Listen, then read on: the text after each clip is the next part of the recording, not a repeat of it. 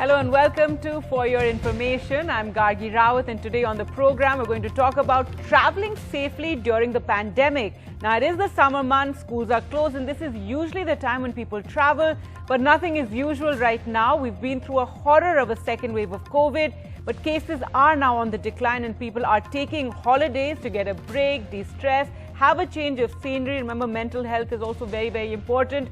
But it's not like coronavirus has gone away. In fact, now we also have variants that are emerging. So it's a very different type of travel, and people want to ensure that the places they're going to are safe, the way they're getting there are safe.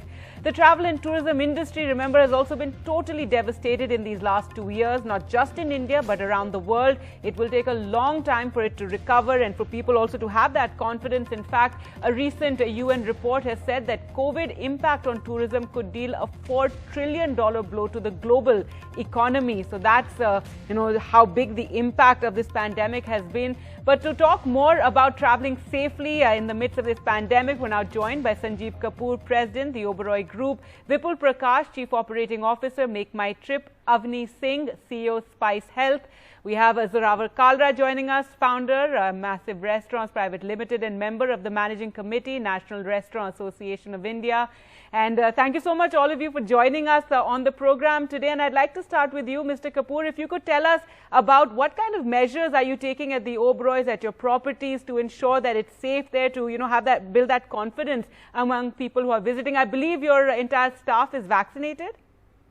Yes, that's right. We're happy to report that 100% of our staff have received at least one dose of the vaccine.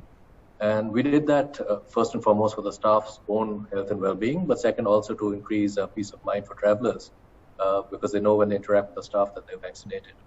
Besides the vaccination, we've taken a number of measures. For example, we're very strict about mask usage in the hotels, both for our staff and our guests. We do not allow to be off at any time.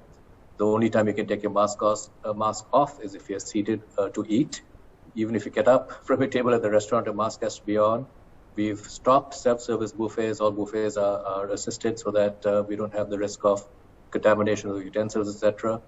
And obviously, the basic hygiene stuff, the cleanliness and the ultraviolet equipment to kill pathogens, etc., are installed at pretty much all our hotels. So we're taking every measure possible. But the most basic measure is a mask compliance, and we are completely focused on that besides having fully vaccinated staff. Do you find that a challenge asking guests to mask up? Because let's face it, not everybody is very compliant with the masking up, and sometimes they feel that they're guests or they're in the hotel and they can walk around without masks. So that must be a bit of a challenge at the properties. Well, we've got signage up everywhere saying, please have your masks on at all times. And when guests check in, our check-in staff are advising them that it's a policy that the mask's on. And honestly, I think vast majority of our guests understand and appreciate that. They, in fact, feel good about the fact that we're taking such measures. So no, it's not been a big challenge. I think people understand it. Well, I'd imagine other guests would check guests that are not wearing masks, because that's how it is these days. Vipul Prakash, if you could share with us, what are you seeing in terms of travel now since this last month or so, since June? Is it finally picking up? Yeah, Gargi, definitely. I mean, using May as a base would actually be very misleading because it was quite a, collapse of travel. But I think overall the trends have been very, very encouraging over the past 2-3 weeks. And I think, when we look at trends, I just don't mean booking trends.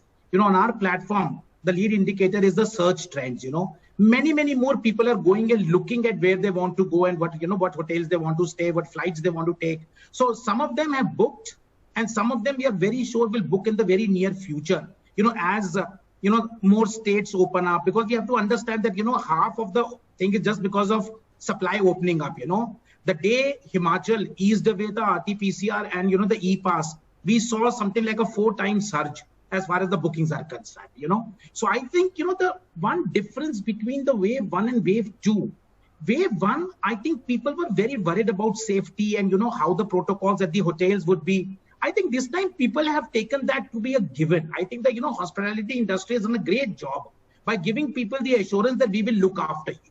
So this time, and obviously the second thing is vaccination. People are more assured because of the vaccination. So without being reckless, I think this time people are tick marking the safety protocols. It is more about the infrastructural roadblocks being blocked, So will we need to wait in a, e-pass check for 1 hour? What happens if we go there? Will we be able to roam around the shopping areas if that happen? So it is much more those considerations which are important this time. And I think we are seeing that as that thing opens up, the increase in bookings is actually immediately linear or exponential.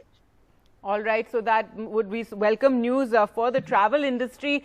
You were talking about, e-passes and people waiting at border checkposts. And Avni Singh, what about, flying? Do you think people are confident of that? And if you could tell us a bit about, people who are considering, because, many of the considerations is how to get there. Are you going to take your own car? Will you hire a taxi? Will that be safe? Or will you fly? So what would you say to people who are considering flying but wondering how safe it is? I think it's definitely picking up. Flying has increased a lot. People are kind of dying to get out. And in this last month, we've seen that numbers are picking up on flying. And like we've just discussed, I think that the hospitality industry is doing a great job with ensuring, safety of passengers with both vaccinations as well as testing. So we have set up these mobile laboratories for RT-PCR testing, for example, and, we've set them up at airports. We're setting them up at airports across the country as well to ensure that those who don't have a negative report in states where it's required can get tested on the ground. We're also vaccinating as of this week and are hoping to vaccinate a large number of people at SpiceJet. All our flight crew is now vaccinated and the program is, full blown to ensure the safety of passengers. So I think with adequate safety measures, flying is definitely picking up and, hotels are filling up and things are starting to look up as of now. And Avni, just you're talking about vaccinating everybody. Are you having any issues on that front, any challenges? Are you managing to, procure the vaccine so that given that, airline industries, it's a frontline staff? Yes, we have not faced major challenges. Thankfully, at SpiceJet, we've managed to vaccinate almost all our staff. And, the remaining will be done, I think would have been done today, in fact. And Spice Health is vaccinating in-house now this week. And we are also procuring vaccines, directly and hoping to vaccinate a large chunk of the population, not just our own SpiceJet and Spice Health staff, but also the population at large. All right. Zorawar Kalra, if you could talk about the restaurant industry, that's an industry that's been very, devastated over these last 2 years or so. And it's a big part of travel, and eating out is a big part of that. What is the situation currently? Yeah, eating out is huge in India. Latest stats say that we're about 40 times larger than Bollywood. So the number one form of entertainment for Indians across the country remains going out to their favorite restaurants, enjoying a fabulous meal with their friends and family. I think that's part of our culture. Along with the travel and the aviation industry, the restaurant industry, or the entire hospitality sector has been extremely hard hit, perhaps the hardest hit sectors there are. Unfortunately, the lack of relaxations that still plague the restaurant industry remain. The biggest problem that I think right now, Gargi, is just the different playing fields that exist in the various states. Now, we totally understand the most important priority for the entire sector remains the safety of patrons and employees, and that's the reason even we at our company have made sure that everybody who's dealing with any guest is fully vaccinated with at least a single jab, and the second jab will happen in 30 days. So that's all there. And remember, the very existence of our entire sector depends on our people feeling safe, on patrons feeling safe. However, some of the lack of relaxations are a little difficult. You see, the restaurant industry faced about 30% shutdown in the first lockdown. Recovery this time around definitely seems a lot better because there's a lot of pent-up demand. There's a lot of revenge consumption that we're witnessing. But, shutting down at 4 o'clock for a restaurant is basically ensuring the entire removal of the viability of the sector. In some cases, you're shutting at 10 o'clock. In some cases, you're not allowed to serve liquor. In some cases, you're not allowed to open at all. So, yes, I totally understand the problem that the authorities are facing. But I think by increasing operating times for the industry, we can have a much better benefit, because by increasing operating times, say till 12 o'clock or till 1 o'clock, what you're doing is you're ensuring that reservations can be spaced out, you're ensuring social distancing can be maintained even better, and that the viability of the sector itself can be ensured, because Indians eat out late. If you shut a restaurant at 10 o'clock, you have to empty it by 9 o'clock, which means Indians dining out culture, we start eating out at 9. So the viability of the sector is at stake, but I'm glad to see that the ministries and the authorities are doing something. The travel sector received some big benefits a few days ago by the honorary FM. We're just hoping that the restaurant sector receives the same kind of love. All right, you were talking about vaccination. Sanjeev Cooper, I'd like to ask you about that. You talked about vaccinating your staff at all the properties. Did you face any challenges in procuring the vaccines, also convincing employees to take the jab? We worked with local governments and hospitals, etc. So we managed to procure the vaccine. In some cases, it took some legwork to tie up with health providers, etc. But luckily, we managed to do that within our stipulated timelines. No, we did not face any hesitation from our staff. I think our staff know they're in the hospitality industry, and they know that it is for their own good, and that vaccination is the only way out from the situation we find ourselves in. I just want to add to something that Zorawar said. Yes. I think it's also very important, I completely agree with him, that we open up travel without restriction for the fully vaccinated. It's happening all over the world now, where if you can demonstrate, your certificate or e-certificate or whatever, showing that you're fully vaccinated, then there are no travel restrictions. You can travel without testing, without quarantine. You can go shopping, eating, whatever. So we in India should definitely allow that for domestic travel, at least to begin with. If you're fully vaccinated, I'm going to Bombay next week, for example, and I need to take an RT-PCR test, even though I'm fully vaccinated. So that's kind of a waste and kind of deters travel. Even for restaurants, maybe you can show the Arogya Setu that you're fully vaccinated and allow those at least to, stay on beyond the stipulated hours or whatever it is. And for inbound international travel too, I think for those who can show that they're fully vaccinated with either a WHO-approved vaccine or an Indian-approved vaccine, should be allowed to travel into India now. India has shut its borders down to foreign travelers since March of last year, and it's hurting our sector a lot. So if foreign tourists who have Indian visas can show that they're vaccinated with an approved vaccine, they should also be allowed to enter. So I think this is low-hanging fruit, and we urge the government to please consider this for the sake of the economy at large, not just our industry, because travel drives the economy as well. No, absolutely, and it employs such a huge number of people. Vipul, you were talking earlier about how people are doing searches a lot more on Make My Trip, and if you could tell us what kind of questions do people have, because again, the numbers are coming down, but there is a fear of the third wave also. There's, talk of variants. So people now traveling is very different. There are lots of concerns that people have. So what do they, check on the website? Well, that's a great question, Gargi. And so I'll tell you the number one thing which they are looking for right now is flexibility. So for example, you're right. I make a plan. So, one of the interesting things is when we were at the peak of the thing, all the bookings, whatever were happening, were for the next 2 or 3 days of travel, because people were just not feeling confident about making advanced plans. The one positive trend is this is moving day by day. People are feeling comfortable about booking for August, September, But when they do that, there's a flip side to it. They're also looking for some sort of a flexibility. Then what happens if there is a wave 3 or something? And I think again here, I think most of our partners are responding very positively by giving them, a 100% flexible plan. That God forbid something happens, you can get your own money back. Many hotels are even saying you don't pay us the full amount right now, pay us closer to check-in. So you see, because everybody wants to travel. I think that is a single supposition. I do not want to cancel my travel. Actually, I've been looking forward to it. But God forbid something happens. There's a third wave. There is a new government rule. At least give me the assurance that I will not, not get my money back, or I can cancel my booking. So the number one thing which people are looking for is flexibility. That if you can guarantee me that, then I will go ahead and make my plans, knowing that in the 1% chance that something adverse happens, I can change my plans. So that would be, I would say, the number one overwhelming factor which we are seeing from customer feedback right now. All right, and about properties, do they inquire about, what sort of SOPs do hotels follow? If you could tell us a bit about that, what kind of, concerns do they have?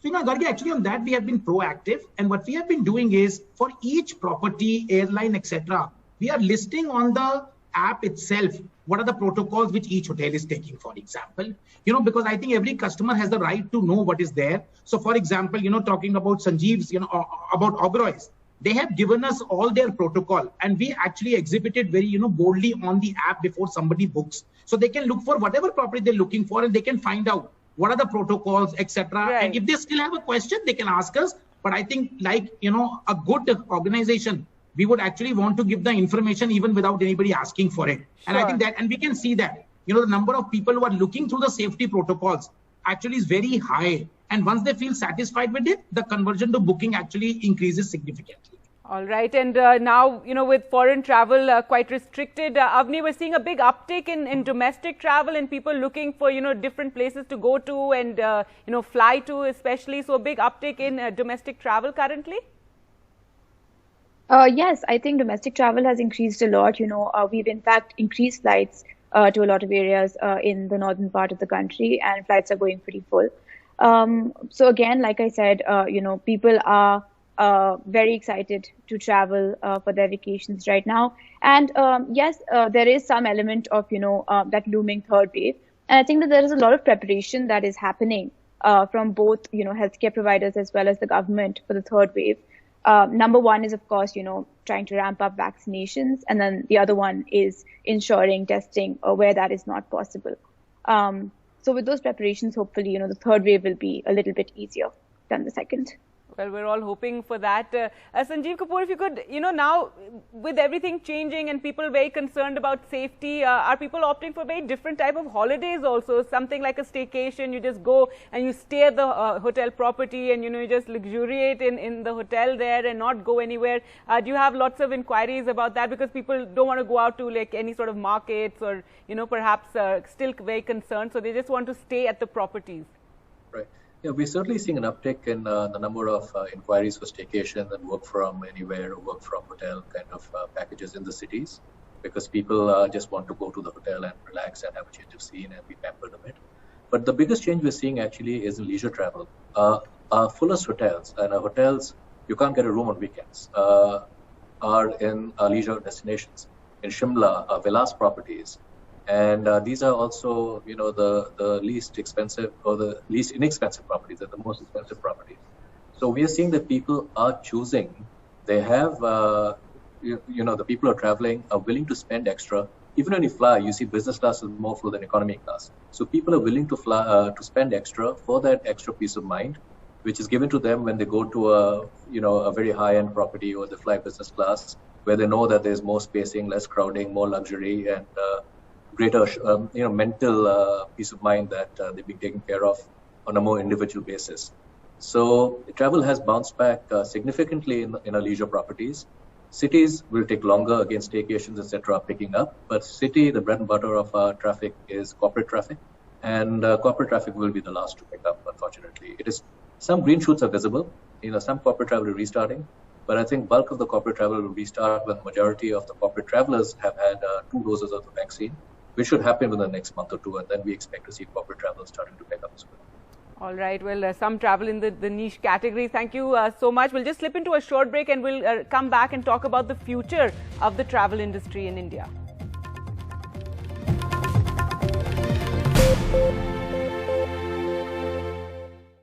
Welcome back on FYI. Today we're talking about how to travel safely in the midst of the pandemic, also the future of the travel and tourism industry. And earlier we were speaking to Zorawar. Zorawar Kalra, you were talking about, you know, how the government has announced help for the tourism industry, but you would like to see more for the restaurant industry sector. If you could tell us a bit about that. Yeah, Gargi, so it was definitely very nice to see our brethren in the tourism sector getting some love from the FM. Some fabulous new measures being announced that are definitely going to be very beneficial for the beleaguered sector. You see, one of the key things to understand that the restaurant industry is extremely valuable. It is the second largest employer of human capital in India after agriculture, with about 8 million people directly employed and several million more employed through ancillary industries. It also contributes between 2 to 3% of India's GDP, which is a 2.9 trillion economy, the 5th largest in the world. Obviously, it is small compared to the entire travel sector, which is about 10%, but we're still 3%. And the problem that we're facing currently is that we're facing an existential crisis. It's as simple as that. We have 30% closures that I stated earlier. Another 30% are expected now. If you do the math, that means 49% of the restaurants will remain, which means probably your favorite restaurant that you love visiting will no longer exist when the lockdown officially ends. So what's happening is there is immediate fiscal support required. President Biden announced a $20 billion plan as part of his American Rescue Plan, out of which $2 billion went straight away to help restaurants with things like managing workforce problems, rents, etc. You see, he made a very valuable statement. He said, if the economy is to recover in a way that everybody is dealt in, then restaurants need a seat at the table. And that's exactly what his plan did. Right, as you said, they're such a huge employer in the country. Sanjeev Kapoor, what kind of recovery have you seen, post the second wave? What do you think is the future of the travel industry and, the hotel industry? I think domestic travel is going to come back in a big way. We've seen that already. International outbound will come back in a big way. I believe there's a lot of pent-up demand for that as well once other countries open the borders and accept, our citizens to travel. But international inbound will take longer and corporate travel will take a bit longer. But hopefully, by the end of this year or early to next year, things should at least get back to 2019 levels and then start surpassing it, assuming there's no third wave. All right. And Vipul, your views? I can see two trends very clearly showing up in the next, in addition to what everybody else said. One is, I think we are going to see multiple shorter breaks rather than long vacations as we are used to it, because people will just be a bit careful and, do that. And also the pandemic has taken a lot of strain financially on many people. So, they may not want to leave work for 3 weeks, 4 weeks. That is one thing which will definitely happen. The second thing which I expect to happen is, the premium paid to experiences, I think will go up significantly. People will want to spend on experiences. As outbound travel, I think we're already seeing the trend, that people will not want to shop, etc., but people want to really experience life. Because one of the things of COVID is, the whole area of uncertainty. And it's the whole thing of, let's live today and do what we have to. So I see a lot of positive trends coming out of this. And the biggest one, as Sanjeev said, I think this is, one good thing about COVID is we are getting a great opportunity to get Indians to really, discover India. I would love, 2 years from now, when we look back, and obviously there'll be a lot of bad memories about COVID, but the one positive fallout could be that suddenly we realize that, we want to see our own country. And there are so many hidden gems. So I think this is something which is an opportunity for us, and it's for all of us in the, in the hospitality industry to not let this thing go away. All right, that's a very positive take on it. Thank you so much all for joining us on the program. That's all the time we have. Thanks for watching. Goodbye.